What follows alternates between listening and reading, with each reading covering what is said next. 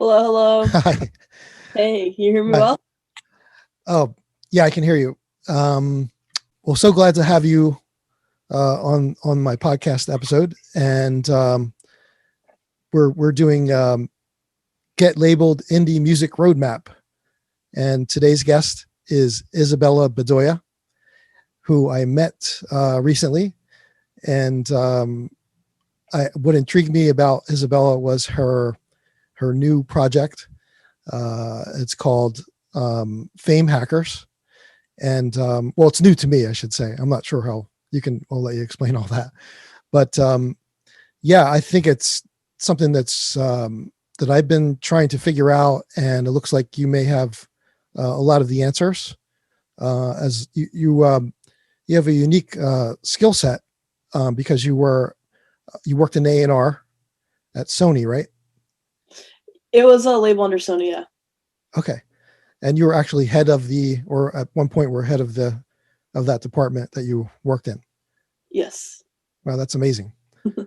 So how did you get into A&R, and and then how did you have some doors open for you? Sure. Well, first of all, thank you so much, Pat, for inviting me. Sure. So yeah, my story is really unique just because I took a really creative approach from the very beginning. Um, the way that I even became an A&R, I didn't even know that that was a thing. Which is so interesting. But when I was really young, I used to essentially discover artists, right? I would create these CDs for my friends and burn CDs and stuff like that. Okay. Um, and I didn't really know that that was a career path. So I knew that I wanted to be in music, and at the time, my skill set was to cook. So I decided to become a private chef and then figure out a back door into the industry. So that's pretty much what I did. I became a private chef.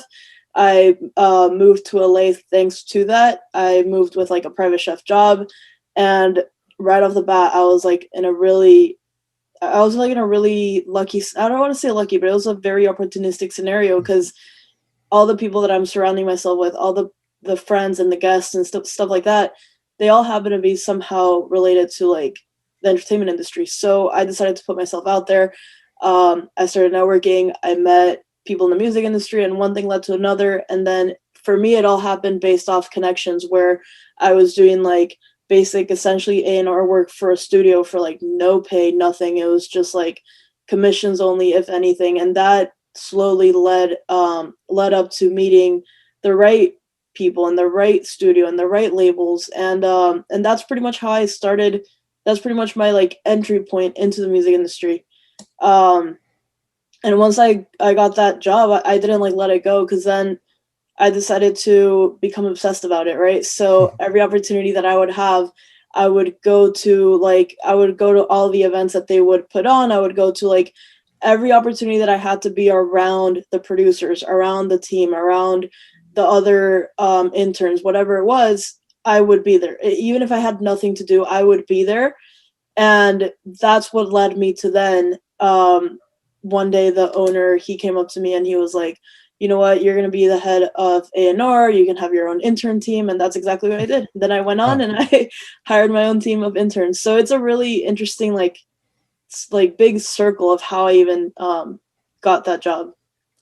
Yeah. So people like I network a lot. I mean, I've networked for years, um, and I was constantly, before the pandemic, I was constantly getting out, going wherever it took me, whoever I could meet and network. And a lot of times, I didn't get paid. I would get tips, to perform, but I was performing original music. Um, so my point being is that you you did a lot of networking, but it's not just networking, right? It's immersing yourself into the happening, where whatever's happening that night, because that's where the opportunities are, right? Yes.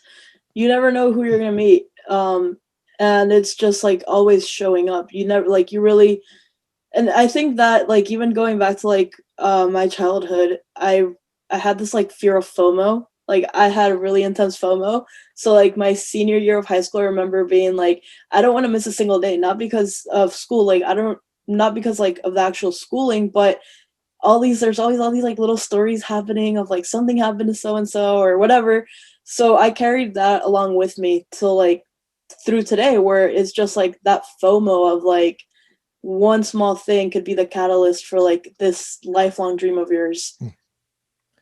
Yeah. So, I mean, we kind of glossed over your initial career was I became a private chef. I mean, that's no small undertaking in itself, right? I mean, that is a whole, I mean, how long did it take you to get into the industry or even think that you wanted to do it privately? So that's also a really good question. So I went to college for pre-med, and my last like 2 years, I was like, I don't want to be a doctor. I actually want to like I started. I don't know, for some reason I started becoming really attuned to like the idea of like, well, I could cook for a living. I could be a private chef because I don't want to be like a restaurant chef either. And Yeah. it was always like having that little bit of like freedom and flexibility and creativity. So it was like, all right, well, I couldn't do music. I definitely don't want to be a doctor. So um private chef or like being a chef was like my next goal. So I started cooking for friends. I mean, this idea of being a private chef started like in 2012 or 2013. And I was like, all right, I'm gonna do this. And I started learning, I started watching shows. I ended up doing again another out of the box idea. Instead of going to like culinary school, I ended up graduating with a degree in like food and nutrition science. So I Hmm. swapped majors, and then instead of going to culinary school, what I did is I would work like 2 or 3 restaurant jobs at a time, and I would just swap them out every 3 months. So for like 3 months it would be like an Italian restaurant, and I would learn everything that I could, and Hmm. then at the same time I would be working at like an American restaurant or something. So my schedule was always so packed with work, and it was the most draining and tiring time of my life. I don't think I could ever do I this can ever again. imagine. But I was like I would put myself through basically like an accelerator, because the best way to learn is just to like do it, right? So if Yeah. you're learning from like other chefs and like other restaurants around town, and other cooks and stuff like that, that's way more valuable than like going to like a culinary school or a Hmm. culinary institute. So then fast forward to like 2015, I couldn't get a job anywhere, graduated college, can't find a job anywhere. And I decided to start my little like meal lunch program for residents around in my area. And then somehow like I was posting all over social media, I was getting like traction. This was when Facebook was like super amazing for like organic growth. And a family found me like in Beverly Hills, and they were like, hey, we see that you're doing this, blah blah blah. And we started talking, and like it was one of those things where like before I even realized what was happening, I had like 2 weeks to like shut down my little hobby, essentially my little hobby like operations that I started as a chef down here. And I had 2 weeks to move across the country into someone's home that I don't even know who they are. But it Wow. was just a leap of faith of like, I want to be in music, and I know I need to move to LA, and I don't know any other way to like actually make that move, because moving to LA is super difficult. It's like super expensive, and when you don't really know like the city, or have a lot of like financial backing, it can be a really daunting challenge. Oh, So sure. just having like that like as a landing platform for me, it was absolutely like amazing. Yeah. It's a, well, it's the entertainment industry is vast there, right? Because you have all TV, movies, music related to the TV movies, sync placements, things like that. Yeah. Um, yeah, that's so. I mean, how many years was that? Let's see. Since you were studying pre med, you changed, you became uh, a personal chef for the first time, moving to LA, and then you gradually got your foothold into social into the music industry, doing social media. Is that what you said? So no, so Or that well, was yeah, part of kind the job? Yeah, kind of. Social media was part of the job. My first role in the music industry was like early 2016. Okay. Um and then I worked for this label. It was called Trendef, and they worked with like a lot of like up and coming rappers. A lot of the like it was when they were first like coming up. It was like Rich the Kid and Famous Dex, and a bunch of talent like that. And I worked with them for like about a year and a half or so. And then from there I realized that I didn't really want to work in like a major label setting. I wanted to work more in like I wanted to help more independent artists. And I realized that I saw that there was a lot of like not with them in particular, but like I realized in the industry, I started learning the industry, and I started learning from like just seeing other people or other artists or even other like artists that became friends, seeing like their experiences on like as soon as you sign a contract, it's not just about the team that you're signing on. It's like, well, you can also, there's risks, you know, you can get shelved, you might not have Yeah. the promises that they give you, the marketing budget. And when you're like young and coming up as an artist, you don't really have that education. And I remember when I was working with the team at Trend F, I learned one of the things that they taught me, and I'm forever grateful for, was social media. And and I remember they were like, look, in order for like an artist to even be like considered someone not worthy, but like someone that you would want to like that would attract your attention, they taught me like things to look for within their social media platforms. And that's true. At the end of the day, like you don't really want to work with an artist that doesn't have a real following, because that's what turns in the revenue, right? Hmm. So that was one of the biggest things of like just learning how social media actually works. And it's not just like the vanity metrics or like factors of like, you know, if you have 100k followers and you're amazing, but in reality 100k followers, when they're not real and organic, that is like almost as bad, Yeah. if not even worse, because that is, you know, how you do one thing is how you do everything. So yeah, that was one of the biggest things that they taught me, was social media. And so how long was that since you left college, since you graduated That to was that? about um that was about like 8 months after I left college. And then you're a private chef at the same time. Yeah, I Okay. was a private chef. Culinary was something that like it always sustained me because it was like super flexible, and it's still, because LA is super expensive. So in LA, Hmm. like you have to have at least two jobs at all times. I hear. So yeah, so being a private chef, it was one of those things where like I could just be a private chef if I wanted to, and that's it. But for me it was more than just like the money, right? It was Yeah. always like, all right, well, how can I actually make a difference in music? And that's why I always held on to private chefs, so I wasn't just struggling like surviving off of like music salaries. And then how long was it until you were able to um, just do music? So that was in 2018. So it's like 2018. 3 years. So like 3 years, yeah. Wow. Yeah, Yeah, I mean, what I'm getting at is that's an incredible.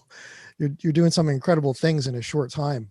thank you. Um, Yeah, yeah, it's I mean that's insane. but I so with that, I'm pointing out that you're setting goals and you're executing. You're seeing things through. And somebody said, you were offered a job in California, and you didn't say, well, I don't know if I want to live in California and blah blah. You just saw it as an opportunity, and as a matter of fact, the perfect opportunity because of your further endeavors, right? So you didn't hesitate, right? I mean, you just so that's the point I'm trying to get at. It's that a lot of times people, and myself included, like we're like, oh, it'd be nice to record this song with strings or something, and well, now I have to find a string section. So a lot of my career was getting caught between um, not having the funds to execute my recordings, my demos, especially early on. And that kind of cost me an earlier career. Though I didn't know it at the time because I just felt like I could do it at any time. So you could have said, oh, well, yeah, I want to be a private chef, and, let me call you back next year, and see if that position's still open. Maybe we can do something then. I mean, you just, you know what I mean? You act on it. I think that's a critical trait or practice, and that's what you're doing. And so, you know, um, so how you went into, so where were you offered the head of A&R? You said it was for, this is after this rap and hip hop label, right? That was at no, that was at Trend F. Because then Oh, I was started there? bringing Okay. in my own interns to Trend F, and it Oh, was cool. like, yeah, it was a really cool experience. But yeah, just to comment on what you said, it's something that I always say and I always live by, and I didn't realize that this is what I was doing, but you just have to embrace it and take messy action because I don't know, like I didn't even put on a balance all of the things that could have gone wrong or could have gone right.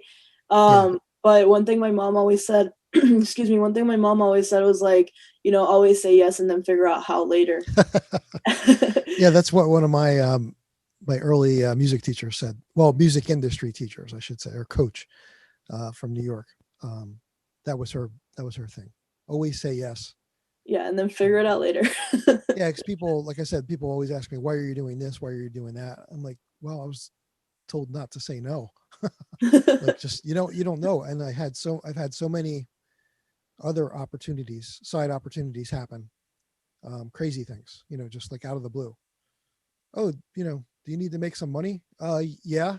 Well, we have a gig coming up, and you could play this, and all of a sudden, you're a few $100s in the bag, um, that you weren't expecting.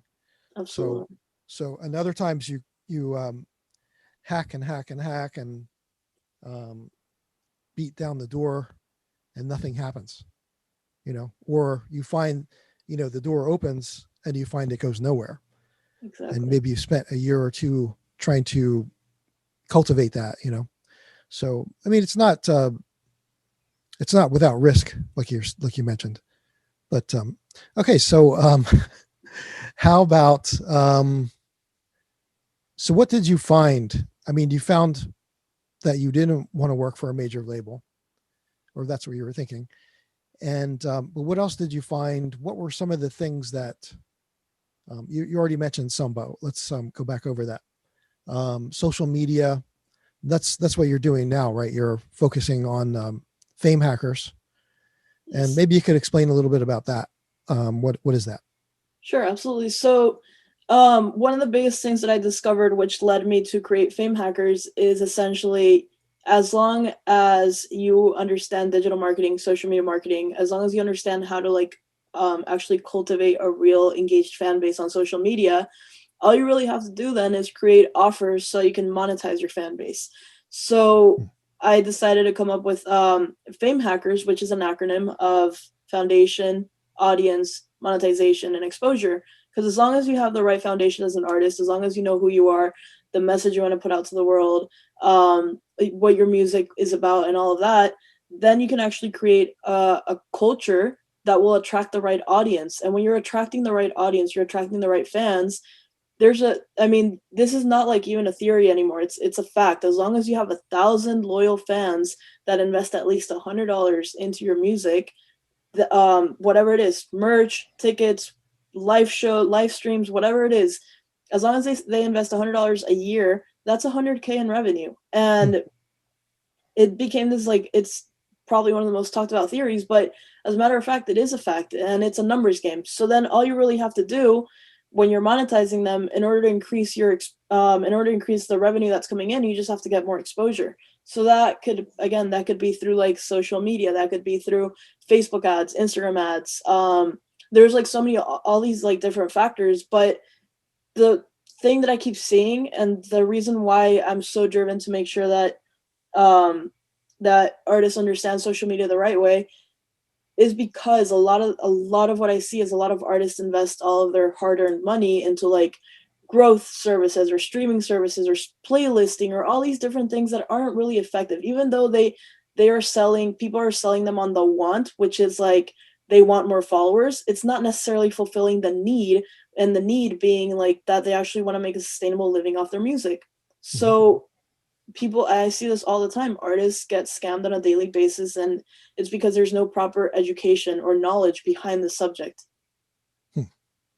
So is that like a quick fix versus long term? I mean, you are speaking about a long term gain by you're developing um, interest of real fans, people who are going to go to your shows, or if they're not close, they're going to do a live stream or support you some other way. Right. right? Instead of this 10,000 followers, Yeah. tomorrow, right? Because it's it's like a sugar high, maybe, so to speak, right?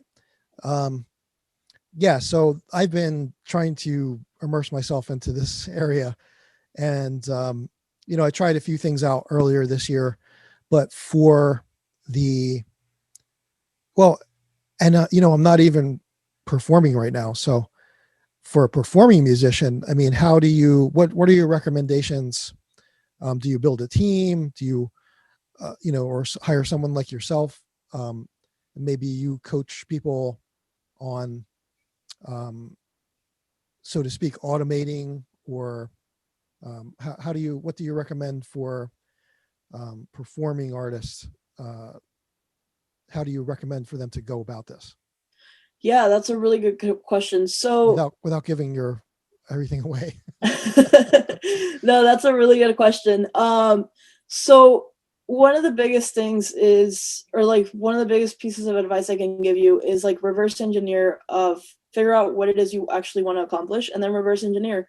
A lot of the times people think that they need a manager, but in reality, they don't have anything that needs to be managed, or they're just following what people are saying that they should be getting. Um, and everybody has different goals. So if you can just be super clear on who that end goal or what that end goal is, then you can dissect, okay, maybe I need a graphics team, or maybe I need a videographer, or maybe so many people are always talking about visuals, right? Maybe you need someone to help you with visuals. But I think before you even start diving into that, you should first figure out who your audience actually is. And once, because everything also, it costs, right? There's investments for everything.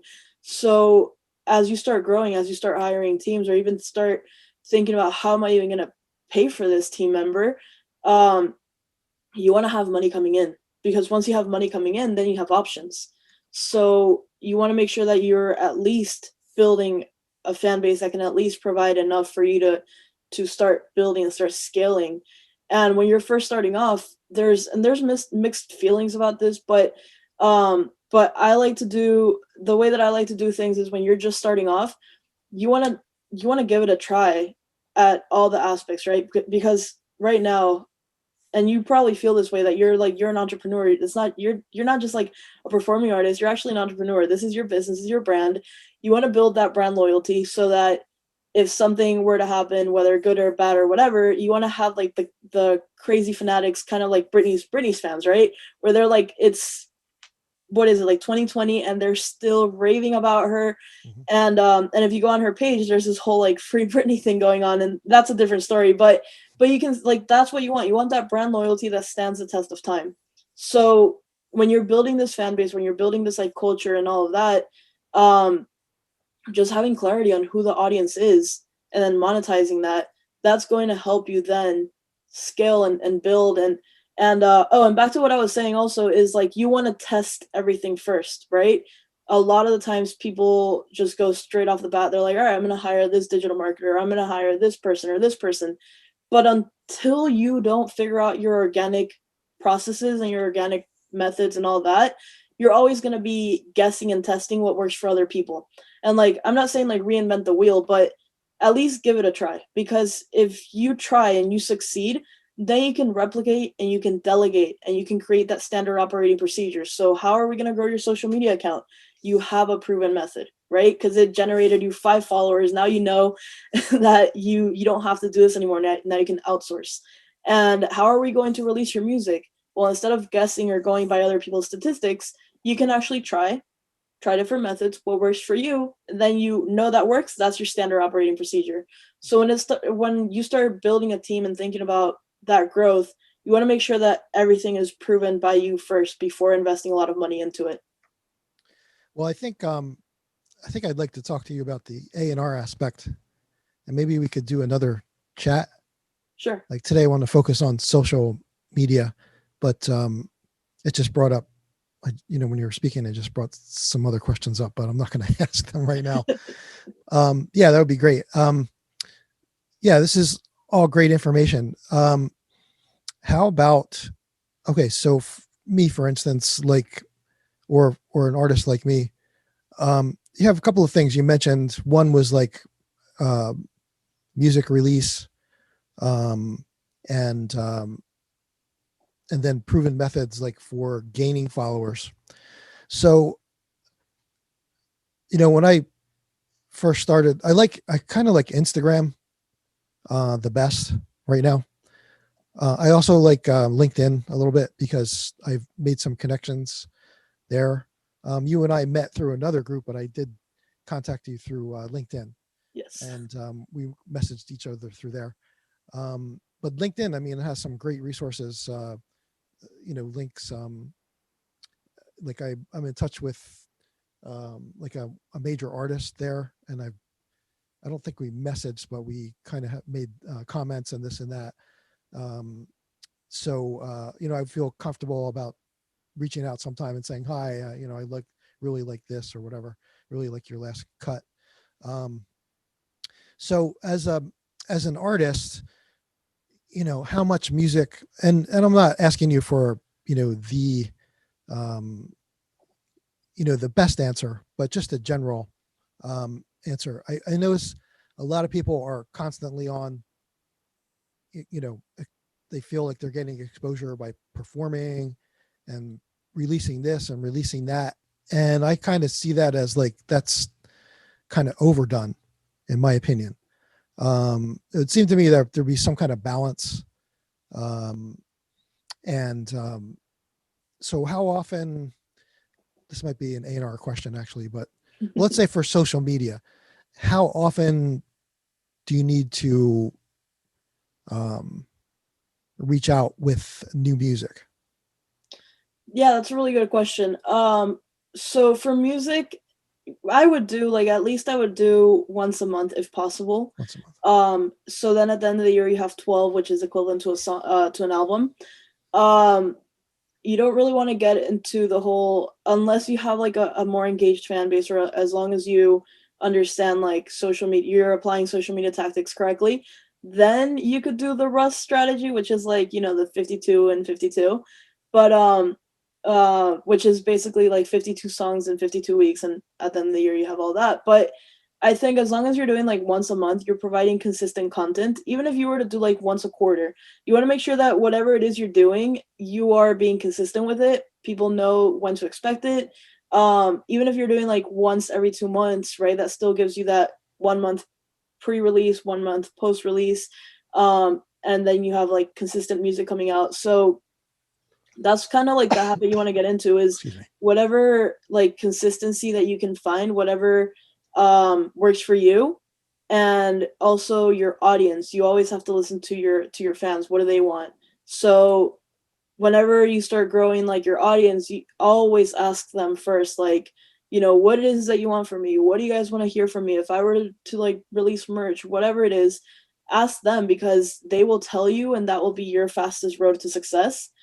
But that answer varies for everyone. It really just depends on your core like values, on what it is you actually want to do, your goals, and also your fan base.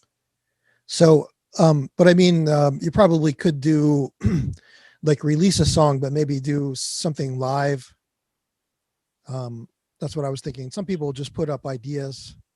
Hey, this is what I'm working on right now, which I'm not a big fan of because I don't want to tell anybody what I'm working on until I finish it. And what else was that? What else? It escaped me. But I went a little too far with that. But yeah, so I think, so moderation, but listening to your fans is what you're saying. Like, so my follow-up question is, okay, so we maybe covered some of the music, music possibilities. What are other engagements?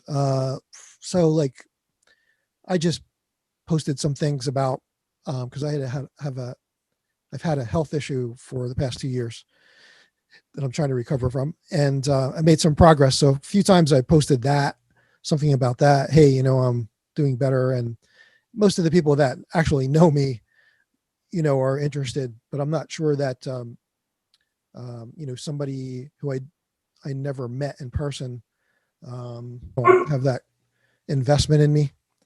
So, what are some of the types of things, like how personal can you get, or should you get personal once in a while, like once a month or?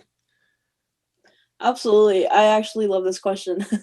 Yeah, so one of the best things that you can do is be like multifaceted on social media, because we are all multifaceted. We're humans, right? We have our likes, our dislikes, and the more relatable you can be, the more your fans are going to connect. And it could be like the smallest thing. Like, for example, it could be like the painting behind you, or like the hat that you're wearing, and someone would be like, "Oh yeah, I have that hat," or like, "Oh yeah, cool guy." And it could be like the simplest thing. And and that's what, like, that's where you want to drive the relatability, and like Hmm. also the accessibility. So you don't have to be like super open about your life, but one of the ways that you can do it, and here's like an actionable tip. So there's this lady that she created this thing called the JK5 method. It stands for her name, Jenna Kutcher 5. Oh, And it's Jenna Kutcher. essentially Yeah. like, yeah, it's essentially just like 5 pillars. So pick out 5 pillars that you're doing on a day-to-day basis. That way it doesn't become more like content creation, it's more like documentation. So for example, one of your pillars would definitely be music. Another pillar, it could be like maybe the whole podcasting section could be a whole thing. Hmm. And basically what it is as you live your day to day, you have these like 5 pillars that you're going to be, you want to share with people, right? It could be family, it could be um pets, whatever it is, whatever you're doing on a day-to-day basis. You have these 5 categories. So on your phone, you create these 5 folders of 5 categories. So if you love to travel, for example, that would be like your hobby category, right? So it would be like travel and adventure and hiking and all these things. And um and as you're like living your day-to-day life, you're collecting all this content. So then all you really have to do is once a week or a couple times a week or whatever your schedule looks like, you just go and schedule out your content. And it's Hmm. multifaceted. You see like your hobbies, you see your likes, your dislikes, what it is you're doing outside of music, what it is you're doing, I don't know, in your morning routine, whatever. It could be like the slightest thing that will drive that fan engagement, it will drive that relatability. And the Okay. more relatable you are, the better it is for engagement. You are giving guidance about how to do it. How much time is it going to take an artist to keep up with their social media campaign or just engagement? So if you're doing like the JK5, you are just snapping pictures of your day to day. If you are then scheduling it out for like the whole week or the whole Oh, I month, see. yeah, it shouldn't take you more than like 2 to 3 hours a week. If you were to like schedule out, maybe at most it'll take you like 2 hours on the weekend. The way that I do it, for example, is I collect all the content, and then on like Sunday I plan out for Okay. like the whole week, or as much as I can fit in like 2 hours. And like just this past Sunday I was able to fit in like 2.5 weeks of content. So now it's all automated. I don't have to worry about it. And it's going through a social media planner. So I'm not necessarily using any of these fake methods of like or buying or anything like that. I'm just using the traditional schedule of the post, put hashtags on it, and the hashtags will drive in the traffic. And then another engagement tip too is, as soon as you get a comment, make sure you comment right away, as Hmm. soon as possible. Comment, and then like the comment back, whatever it is. That way you are engaging right off the bat, and that's going to make them feel like a little bit special. They're going to come back the next time you comment, and your engagement is just going to start like growing. Yeah, I really appreciate you giving me your time here, and I hope we can speak again. I'd like to follow up with some A&R stuff, strictly A&R. And Awesome. so have a great day, Sounds good. Thank you, and Pat. we'll talk to you soon. Thanks. Take care.